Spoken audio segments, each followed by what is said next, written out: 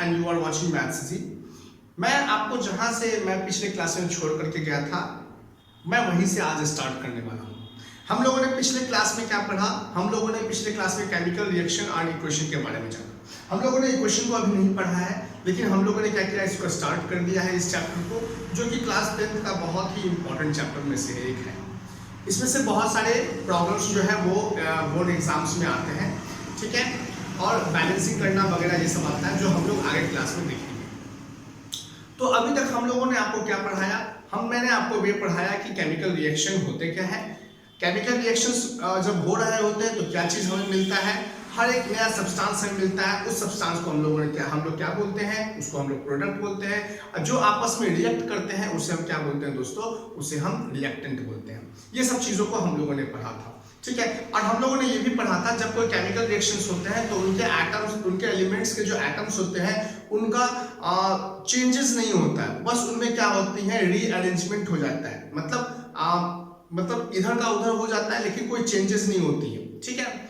ऐसा नहीं कि मतलब रिएक्टेंट में कुछ दूसरा एलिमेंट आ गया और प्रोडक्ट में कुछ दूसरा एलिमेंट आ रहा है या फिर एटम आ रहा है, ऐसा बिल्कुल भी नहीं होता। बस उनके क्या होते हैं, अरेंजमेंट जो होते हैं बस वो चेंज हो जाते हैं, ठीक है। उसके बाद हम लोगों ने ये पढ़ा था कि केमिकल रिएक्शंस जब हो रहे होते हैं तो बहुत सारी चीजें जो होती हैं वो चेंज हो जाती है, जिसको हम लोगों ने क्या दिया था, कैरेक्टरिस्टिक्स ऑफ केमिकल रिएक्शंस, जो कि आपके सामने यहाँ पे मैं आपको फिर से रिवीजन करवा दे रहा हूँ।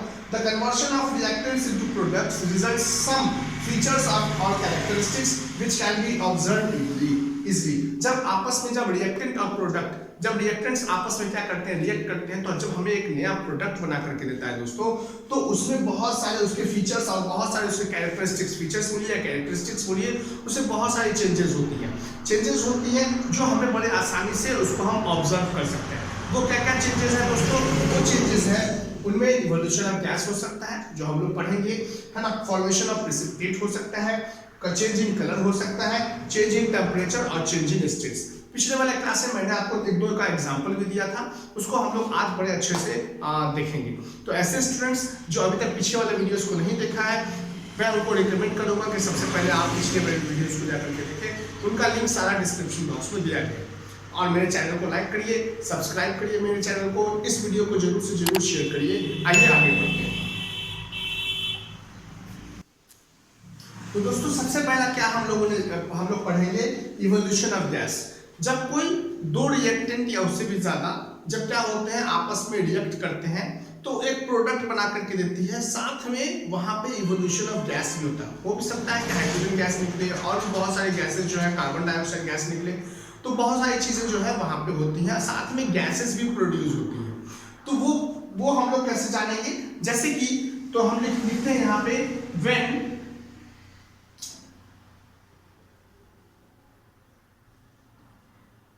when reactant, या फिर ये हम लोग लिख सकते हैं, in a chemical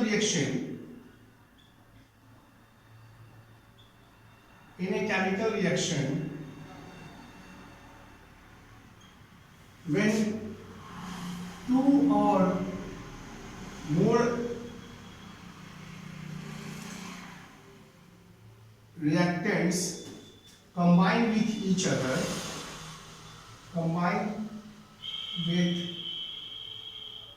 other, then there may be evolution of gas। हम यहाँ पे may क्यों बोल रहे हैं? हो भी सकता है, ऐसा नहीं जरूरी है कि हर एक जब प्रोडक्ट बन रहा हो तो वहां पे गैस का प्रोड्यूस होना जरूरी है। किसी में होता है, किसी में नहीं होता है। तो maybe evolution of gas takes place, वहां पे गैस जो होती है, evolution of gas takes place होता है, मतलब वहां पे इवोल्यूशन ऑफ गैस होती है। अब वो देख लेते हैं कि कौन सा ऐसा वो रिएक्शन है जिसमें इवोल्यूशन ऑफ गैस होती है। मैं आपको फिर से बता दूं, हर एक रिएक्शन में नहीं होता है ऐसा, किसी किसी रिएक्शन में होता है। मैं आपको बता देता हूं कि वो कौन सा रिएक्शन में होता है। जैसे कि जब कोई मेटल है ना, वो किसी एसिड के साथ रिएक्ट करता है, तो हमें क्या बना करके देता है, उस मेटल का सॉल्ट बना करके देता है, और साथ में हमें हाइड्रोजन गैस भी रिलीज करके देता है। तो यहाँ पे एक ऐसा रिएक्शन है जिसमें हमें साफ साफ पता चल रहा है कि यहाँ पे इवोल्यूशन ऑफ गैस हो रहा है। ठीक है, जैसे कि हम लोग जानते हैं, कोई भी एक मेटल ले लेते हैं, सपोज ये हमारे पास Na मतलब यहाँ पे दोस्तों क्या होगा, सोडियम। सोडियम किसी एसिड के साथ, सपोज HCl हमारा क्या है, हाइड्रोक्लोरिक एसिड, ये एसिड के साथ रिएक्ट कर रहा है, हमें वो क्या बना करके देगा, मेटल सॉल्ट। तो मेटल कौन है यहाँ पे, सोडियम है, तो सोडियम का सॉल्ट बना करके देगा, मतलब NaCl बना करके देगा, जो कि जिसे हम क्या बोलते हैं, किचन सॉल्ट, टेबल सॉल्ट ये भी बोलते हैं, और साथ में ये हमें हाइड्रोजन गैस बना रिलीज करके देगा। अब हम लोग क्या करेंगे, यहाँ पे बैलेंस करेंगे, क्योंकि इस तरफ क्या है, 2 हाइड्रोजन है, यहाँ पे क्या है, सिर्फ एक ही हाइड्रोजन है, 2 से मल्टीप्लाई कर देंगे। जैसे यहाँ पे 2 से मल्टीप्लाई किए तो Cl भी कितने हो गए दोस्तों, 2 हो गए, तो यहाँ भी 2 से मल्टीप्लाई किए, यहाँ जैसे 2 से मल्टीप्लाई कर रहे हैं तो Na भी 2 हो गया, तो यहाँ भी हम लोग क्या कर रहे हैं, 2 से यहाँ पे मल्टीप्लाई कर रहे हैं। मतलब ये है कि जब कोई मेटल एसिड के साथ रिएक्ट करता है तो उस मेटल का सॉल्ट बनाता है, साथ में हाइड्रोजन गैस भी रिलीज करता है। तो ये एक पहला कैरेक्टरिस्टिक्स था केमिकल रिएक्शन का, कि एक ऐसा मतलब जब रिएक्शन होती है तो हो सकता है कि वहां पे गैसेस भी प्रोड्यूस हो। मैं फिर से बता दूं कि हर एक एलिमेंट्स, हर एक रिएक्शन के लिए ऐसा जरूरी नहीं है, लेकिन कुछ ऐसे भी रिएक्शंस होते हैं जिसमें गैसेस जो है वो प्रोड्यूस होती है। मैं फिर से एक और एग्जांपल ले लेता हूं, जैसे कि जिंक, Zn से हम लोग लिखते हैं जिंक को। जिंक जो है वो अगर सल्फ्यूरिक एसिड के साथ रिएक्ट करता है, ये भी एक प्रकार का एसिड है, तो क्या हुआ, जब मेटल कोई एसिड के साथ रिएक्ट कर रहा है तो क्या बना करके देगा हमें, तो उस मेटल का सॉल्ट बना करके देगा, क्या देगा, ZnSO4, है ना, और साथ में यह हाइड्रोजन गैस भी रिलीज करेगा। ठीक है, जहां पे बैलेंस है ऑलरेडी पहले से, यहाँ पे 2 हाइड्रोजन SO4 एक SO4 और Zn, ये पहले से ऑलरेडी से बैलेंस है। तो ये चीज हमें क्या दे रहा है दोस्तों, हाइड्रोजन गैस रिलीज करके दे रहा है। अब हम कैसे यहाँ पे समझेंगे कि ये हाइड्रोजन गैस ही है ना, कोई दूसरा गैस तो नहीं है, ये चीज तो हमें पता करना पड़ेगा। अब कैसे हम लोग दोस्तों इसको पता करेंगे, तो हाइड्रोजन गैस के अंदर ये खूबी ये होती है कि जब हम किसी चीज में, सपोज करते हैं कि ये हम लोगों ने क्या किया, एक बीकर लिया, ठीक है, और इसमें हम लोगों ने क्या डाल दिया, जिंक ग्रेनुअल्स डाल दिया, या फिर हम लोगों ने क्या कर दिया, जिंक डाल दिया। यहाँ पे जिंक, ये सब क्या है, वो जिंक है।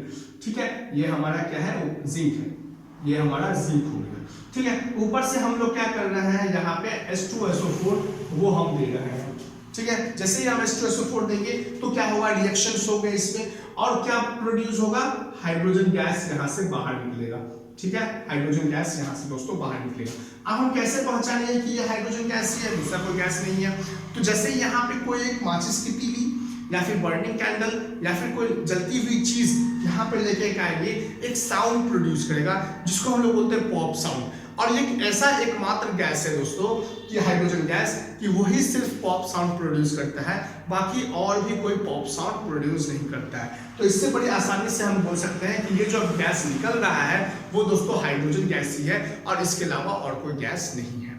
ठीक है, अब हम लोग पढ़ते हैं नेक्स्ट जो हमारा कैरेक्टरिस्टिक्स है उसके बारे में हम लोग देखते हैं।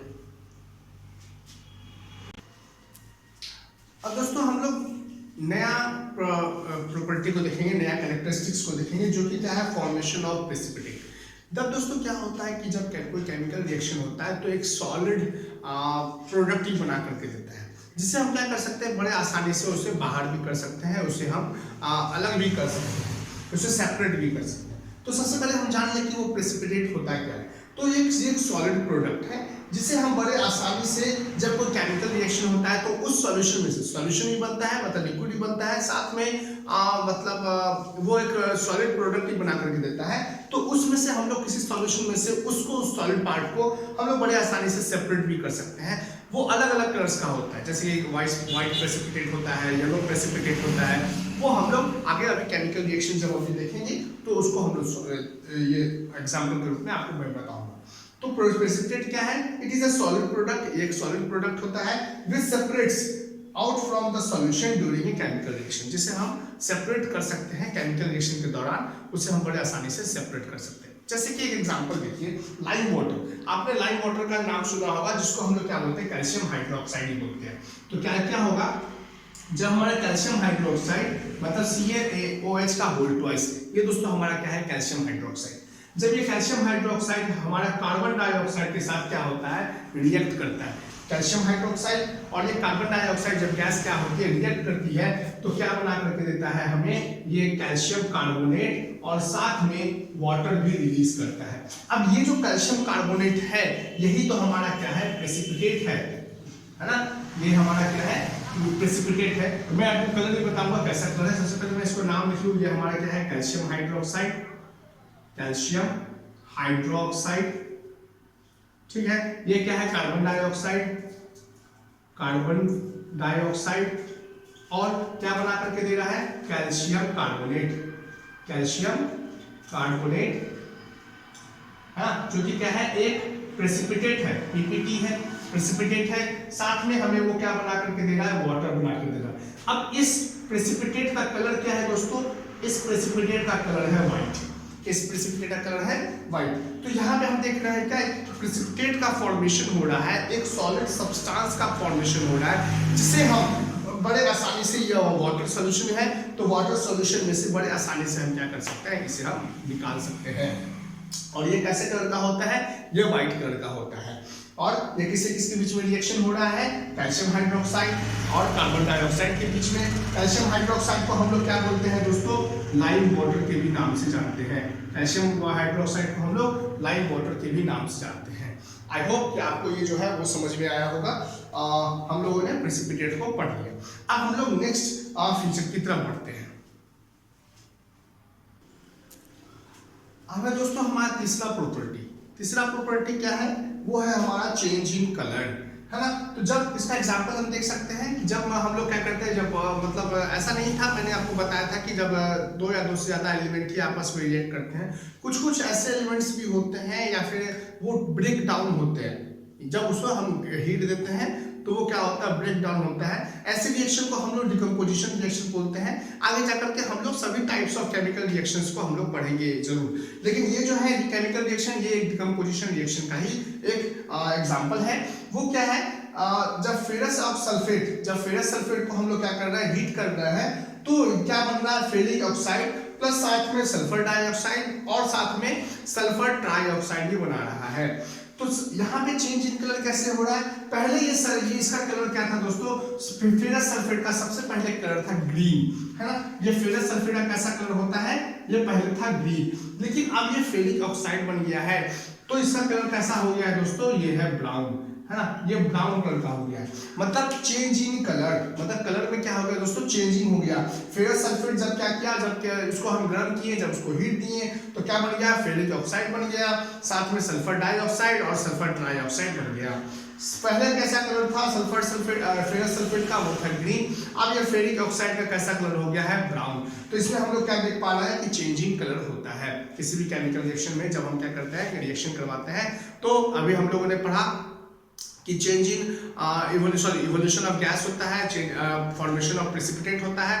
थर्ड हम लोगों ने क्या पढ़ा, चेंज इन कलर होता है। बाकी के जो और दो प्रॉपर्टीज हैं हम लोग भी उसको देखने वाले हैं, आइए देखते हैं।